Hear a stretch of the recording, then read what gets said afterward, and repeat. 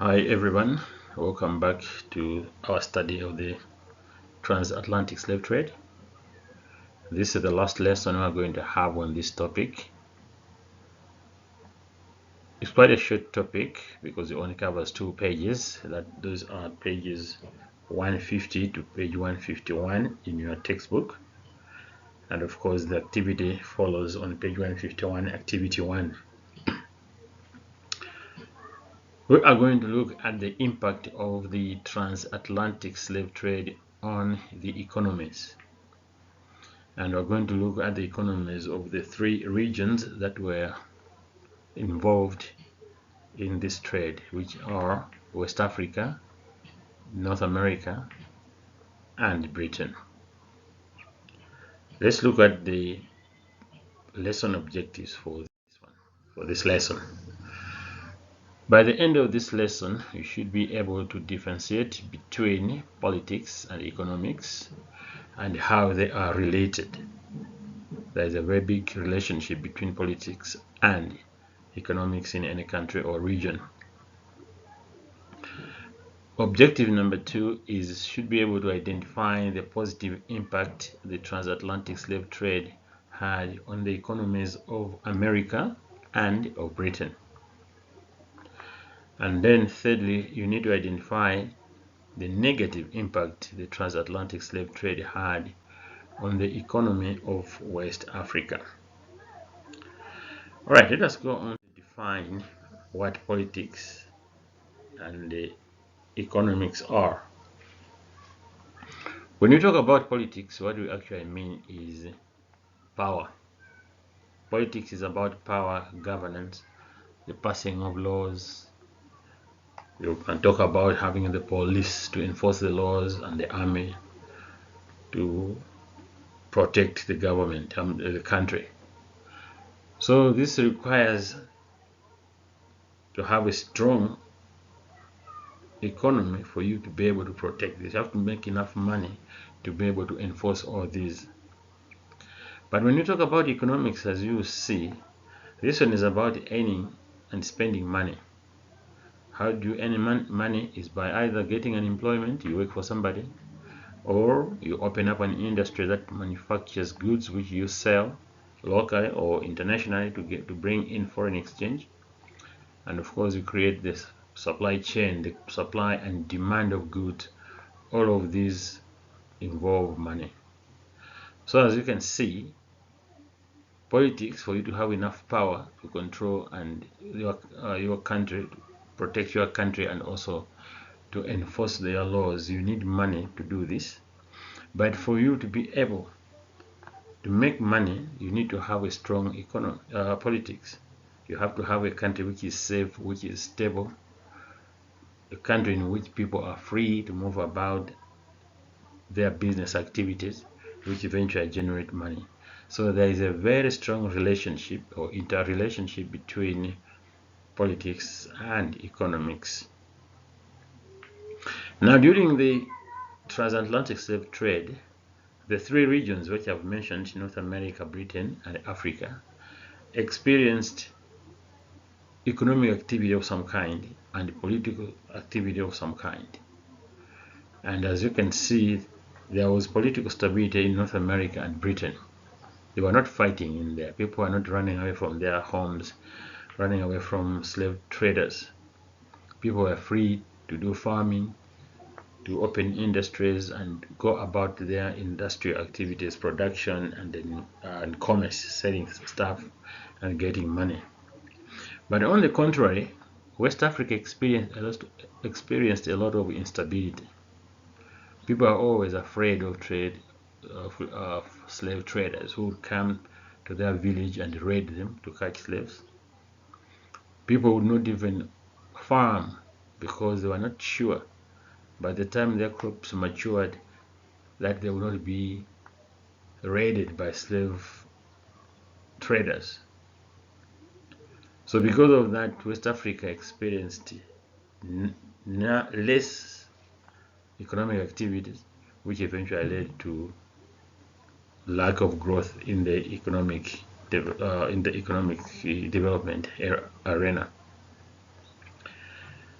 All right, now having identified the various conditions in these three areas, we're going to go next and then look at how North America and Britain benefited from slave trade.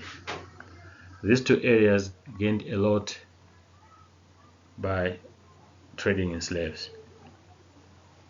One of the benefits that Britain experienced was that big ships had to be built to carry slaves from Africa to North America. Big ships had to be built as well to carry products that were produced by slaves in North America to Europe. And after they had been processed, they had to be carried into Europe and into West Africa to sell them. So shipbuilding became one of the major economic activities or major industry that developed because of slave trade. These ships, after being built, they had to hire people to sail in them. The crew had to have nice clothes, uniforms. They had to be fitted with kitchens, cooking equipment, and the beds for the captain and then the workers in these had to be fitted well. All that outfitting of the crew and ships also developed a lot. But then, just like in modern days where we have vehicles that need to be insured, ships and cargo had to be insured. So insurance companies also grow very much, just like keeping money, which is banking. If you have insurance growing, banking growing, it means there are also other smaller subsidiary businesses that also grew together with these main activities. Secondly, we look in the side of luxury goods. Goods like sugar and tobacco were actually goods that were used by the rich or the ultra rich at the time because they were scarce. But since slavery, these goods were so abundant in Europe, thereby most of the people are able to access them. That improved their quality of lives.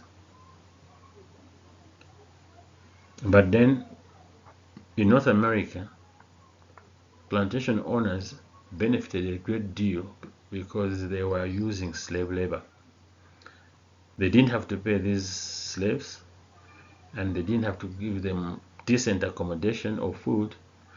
They saved a lot, so they made very big profits from their economic activities.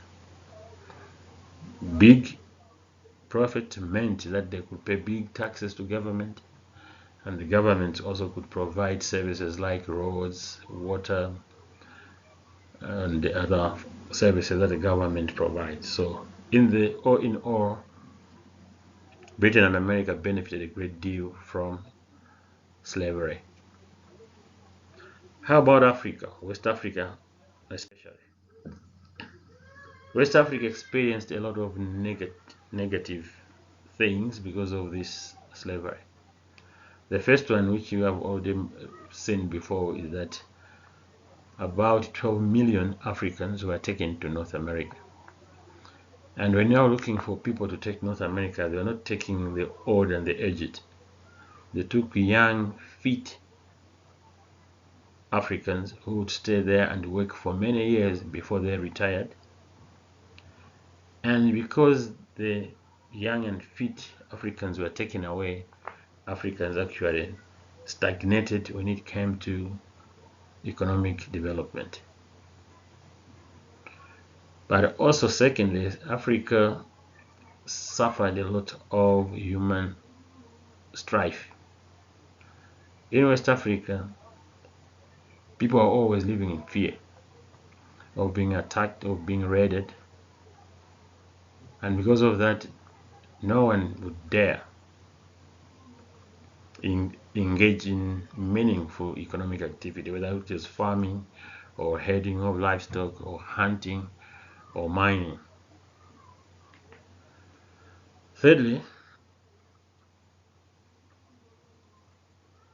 skilled people were taken from the communities, and eventually they were taken to North America. You know, because of lack of education, skills that people had were learned from their either parents or grandparents, and they're always these skills had to be transferred to the younger generation by involving them in the various activities. For example, making spears, or farming, or building huts, or whatever activity that they would need to be done. So if the people who had these skills were taken to America, it means the very young who had no chance to learn this from their parents or their brothers or uncles would not know those skills, because those skills will be lost in the person who's taken to North America to work as a slave. Then there was some little positivity that came out of slave trade, but as we are going to see, it wasn't a positive thing after all. Some African kings who became involved in slave trade became very, very rich,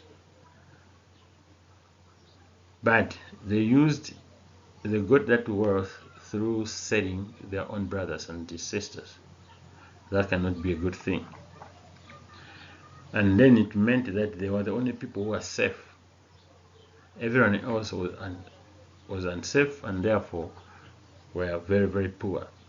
I told you when we were talking about Mansa Musa and some smaller villages, communities, he would defeat them and ask for a tribute from them. Blackmail them and say, give me so much every week or every month or every year, then I'll protect you. But if you don't provide me with what I'm asking you to do, I'm going to catch you and sell you as slaves. So what that meant, the rest of the people actually worked for the king to always be on the good side of the king, so that then they are not sold out into slavery. Sorry. And then, as I referred to at the beginning, because of the large number of young Africans being taken to America, Africa actually stagnated, and there was no economic activity that took place in there. If you go to your book quickly on page 150, you're going to see there's source B, which shows a house owned by a plantation owner. To call it a house may be an understatement. This one is like a palace or a mansion, considering that it was built in the 18th or 19th century. It was a big house. It shows that plantation owners made a great deal of money that helped them to build big houses like those. All right, since we have finished the topic, we are going to do an assessment, but that will be tomorrow's work. But for today, you are going to do a simple activity which is on page 151. Activity 1, use sources to find and recall information. There are 3 questions on that. Complete those ones in your workbooks. And let me tell you what we are going to do tomorrow, because I will not be presenting a PowerPoint presentation. Tomorrow's activity is revision and assessment on page 152 and 153. You are only going to do questions 2 and 4 on those ones. Right, so before you do that, let's do today's work, which is 151, activity 1. Use sources to find and recall information. All right, good luck everybody.